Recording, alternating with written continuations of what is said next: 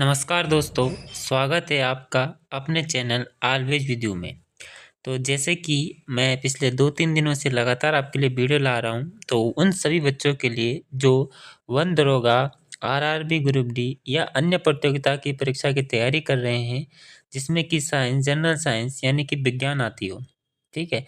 और अगर आपको यह वीडियो पसंद आ रही है, तो आप इसे लाइक करें, शेयर करें और सब्सक्राइब करना ना भूलें और बेल आइकन भी ज़रूर दबाएँ ताकि वीडियो आपको जल्द से जल्द वीडियो आप तक पहुँच जाए। तो दोस्तों शुरू करते हैं हम आज का अपना सेशन। तो दोस्तों आपका पहला प्रश्न है कि 10 सेकंड में एक कार का वेग 36 किलोमीटर प्रति घंटा से 72 किलोमीटर प्रति घंटा हो जाता है, तो कार का हमें त्वरण ज्ञात करना है। तो दोस्तों सबसे पहले मैंने आपको कल की वीडियो में बताया था ये शायद कि त्वरण किसे कहते हैं हम, तो वेग परिवर्तन की दर को ही हम क्या कहते हैं, त्वरण कहते हैं। ठीक है, ठीक है। देखो अब यहाँ पे हमारे पास सबसे पहले दिया हुआ है, वो दिया हुआ है कार का प्रारंभिक वेग। कार का प्रारंभिक वेग हमारे पास 36 किलोमीटर प्रति घंटा है, ये हम इसको यू से भी दिखाते हैं। अब ये जो किलोमीटर प्रति घंटा है, इसको हमें जो है मीटर प्रति सेकंड में बदलना होता है, क्योंकि हमारे पास जो है टाइम दिया गया है, ये टाइम हमको यहाँ पे सेकंड में दिया गया है। तो किलोमीटर प्रति घंटा से मीटर प्रति सेकंड में बदलने के लिए हमें क्या करना पड़ता है, 5/5/18 से जो है मल्टीप्लाई करना पड़ता है। और अगर मीटर प्रति सेकंड को किलोमीटर प्रति घंटा में बदले तो हमें जो है 18/5 का क्या करना पड़ता है, उसमें मल्टीप्लाई करना पड़ता है। यहाँ पे हमें दिया गया है किलोमीटर प्रति घंटा से मीटर प्रति सेकंड में बदलना। तो हमें पास 36 किलोमीटर है, तो 36 इंटू 5/18, 18 से जो है ये 2 बार कटा, तो हमारे पास 2 और 2, तो 5 2 जा कितना हो जाएगा 10, तो यानी कि 10 मीटर प्रति सेकंड यहाँ निकल के आया, जो कि प्रारंभिक वेग है। वहीं अंतिम वेग, तो अंतिम वेग उसे कहते हैं जहाँ पे जो है कार जो है रुक रही है, और प्रारंभिक वेग मतलब जहाँ से कार शुरू हो रही है। तो यहाँ पे जो कार रुक रही है आपकी, वो 72 किलोमीटर प्रति घंटा है। तो ये जो कार का अंतिम वेग 72 किलोमीटर प्रति घंटा है, उसके बाद हमें इसे भी जो है मीटर प्रति सेकंड में बदलना पड़ेगा। किलोमीटर प्रति घंटा से मीटर प्रति सेकंड में बदला, तो ये हमारे पास 20 मीटर प्रति सेकंड आया। अब जो त्वरण होता है वो होता है अंतिम वेग माइनस प्रारंभिक वेग बटे समय, यानी कि v minus you upon T. ठीक है, इसे हम यहाँ पे क्या कह सकते हैं, u भी कह सकते हैं, अंतिम वेग को हम v कह सकते हैं, और समय समय जो कि हमारे पास t बराबर कितना दिया गया है, 10 सेकंड का दिया गया है, ये हम यहाँ पे क्या कर सकते हैं, कर सकते हैं। वहीं अब जो हमारे पास अंतिम वेग है वो हमारे पास कितना है, 20 है, तो 20 माइनस प्रारंभिक वेग कितना है 10, तो 10 बटे समय कितना है 10 सेकंड का, तो सेकंड आ जाएगा, तो 20 में से 10 गए तो 10, 10 बटे 10, तो आंसर आया 1, यानी कि 1 मीटर प्रति सेकंड इसका क्या निकल के आ जाएगा, आंसर निकल के आ जाएगा। बढ़ते हैं हम अगला दूसरे प्रश्न की तरफ अपने, जो कि है किसी m द्रव्यमान की वस्तु जिसका वेग v है का संवेग क्या होगा। तो दोस्तों इसका सही आंसर होगा हमारे पास एम भी का, एम भी डी, ऑप्शन नंबर डी, एम भी सही इसका उत्तर होगा। वहीं अगला प्रश्न है आपके पास कि एक वस्तु का द्रव्यमान 10 किलो है, पृथ्वी पर इसका भार कितना होगा। तो अभी हमारे पास है m, तो m हम कहते हैं द्रव्यमान को, ये पे लिखा है कि m जो है द्रव्यमान को कहते हैं।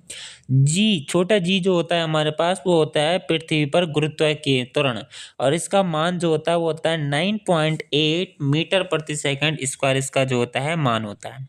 ठीक है, ठीक है। अब वस्तु का पृथ्वी पर भार जो होता है, वेट होता है, वो होता है द्रव्यमान गुणागे त्वरण। अब हमारे पास द्रव्यमान कितना दिया गया है, 10 दिया गया है द्रव्यमान। जी यानी गुरुत्व त्वरण कितना होता है 9.8 मीटर प्रति सेकंड, ये इसका इसके साथ मल्टीप्लाई करेंगे तो 98 न्यूटन जो है इसका आंसर निकल के पास आपके पास आ जाएगा। आपका अब देखो अगला प्रश्न है यहाँ से कि सेल्सियस और केल्विन के बीच क्या संबंध है। तो सेल्सियस और केल्विन के बीच क्या संबंध है आपके पास, 37 degree Celsius is equal to 273, या 0 डिग्री सेल्सियस बराबर 273 केल्विन, या 98.6 डिग्री सेल्सियस बराबर 273 केल्विन, या 0 Kelvin is equal to 273 Kelvin. तो इसका जो सही आंसर है वो होगा option number B, 0 degree Celsius is equal to 273 Kelvin. अगला प्रश्न आपके पास पांचवा है, वो है कि गली के पीले लाइट में किसका प्रयोग किया जाता है? आपने देखा होगा कि जो आपके गलियों के बाहर पीले पीले से लाइट लगे होते हैं तो उसमें किसका प्रयोग किया जाता है? नियॉन का, नाइट्रोजन का, फॉस्फोरस का या फिर सोडियम का। तो इसका जो सही उत्तर निकल के आपके पास आएगा वो आएगा ऑप्शन नंबर डी, आपका सोडियम। अगला प्रश्न है आपके पास है कि प्रकाश की गति। तो प्रकाश की गति क्या होती है? निर्वात में वो होती है 3 × 10⁸ मीटर सेकेंड -1। ठीक है, ठीक है। तो ये जो है प्रकाश की गति होती है। अगला प्रश्न है कि न्यूलैंड द्वारा किन दो तत्वों को एक ही स्लॉट में रखा गया था?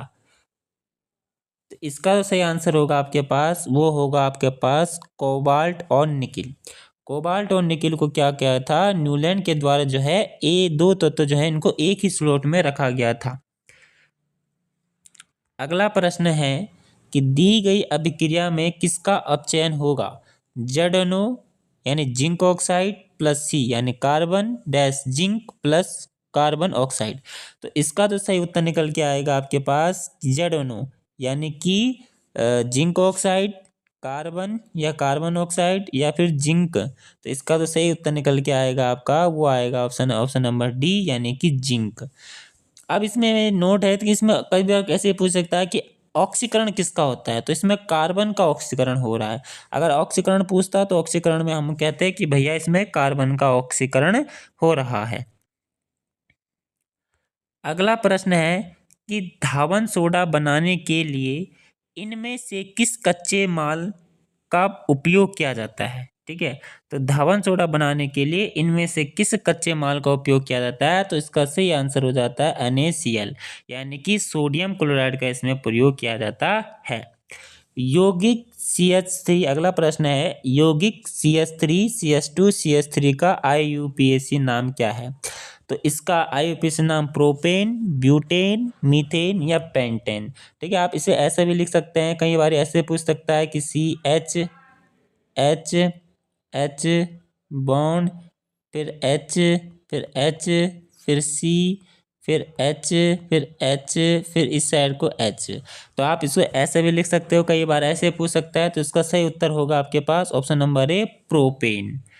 बढ़ते हैं अगले प्रश्न की तरफ। क्लोरोफॉर्म का अणुसूत्र क्या है?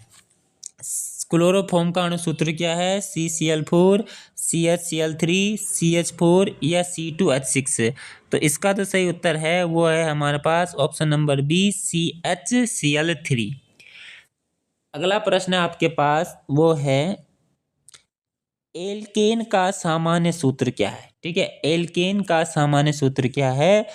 एल्केन का जो सामान्य सूत्र है इसमें सही होगा ऑप्शन नंबर सी, CnH2n+2। ठीक है, ठीक है। बढ़ते हैं हम आज का अगला प्रश्न की तरफ जो कि है घाव को भरने में कौन सा विटामिन सहायक है? ठीक है, जो घाव होते हैं जैसे अगर आपके पास कई बार घाव हो जाते हैं तो उन्हें भरने में कौन सा विटामिन सहयोग होता है? तो उन्हें भरने में वो विटामिन डी, विटामिन के, विटामिन सी या विटामिन बी। तो इसका तो सही उत्तर निकल के आएगा आपके पास वो आएगा विटामिन सी। और जो कि विटामिन सी जो में जो है आंवला जो है विटामिन सी का सबसे अच्छा स्रोत है। अगला प्रश्न वही है कि दो तंत्रिका कोशिका के मध्य खाली स्थान को कहते हैं। तो दो तंत्रिकाओं के मध्य जो खाली स्थान होता है उसे हम सिनेप्स कहते हैं। ठीक है, ठीक है। बढ़ते हैं अगले प्रश्न की तरफ जो कि हमारे पास है कि निम्न में से कौन आहार श्रृंखला का निर्माण करते हैं? तो अब हमने यहाँ पे देखना है कि आहार श्रृंखला का निर्माण कौन करते हैं। ऑप्शन ए है घास गेहूं आम, घास बकरी मानव, बकरी गाय हाथी या घास मछली और तथा बकरी। तो इसका तो सही उत्तर होगा वो ऑप्शन नंबर बी, घास बकरी मानव। अगला प्रश्न है निम्न में से कौन जैव मात्रा ऊर्जा स्रोत का उदाहरण नहीं है? लकड़ी, गोबर गैस, कोयला या नाभिकीय ऊर्जा। तो आपका इसका जो सही उत्तर निकल के आएगा वो आएगा नाभिकीय ऊर्जा, जो कि आपके पास जैव मात्रा ऊर्जा का उदाहरण नहीं है। ठीक है, ठीक है। तो यही थे आज के आपके अत्यंत महत्वपूर्ण प्रश्न। और धीरे धीरे दोस्तों मैं जो है डेली आपके लिए इन प्रश्नों को लेके आऊँगा। इन्हीं से रिलेटिव जो यूके ट्रिपल एससी का पैटर्न है, नए पैटर्न के आधार पर जो है आपको डेली प्रश्न देखने को मिलेंगे। तो अगर आपको यह वीडियो अच्छा लगता हो तो आप लाइक, शेयर और ज़रूर सब्सक्राइब करें और डेली वीडियो को देखते रहें, ताकि इस साल आपके कंधे पर 2 सितारे अवश्य लगें। और अपनी मेहनत पर भरोसा करें।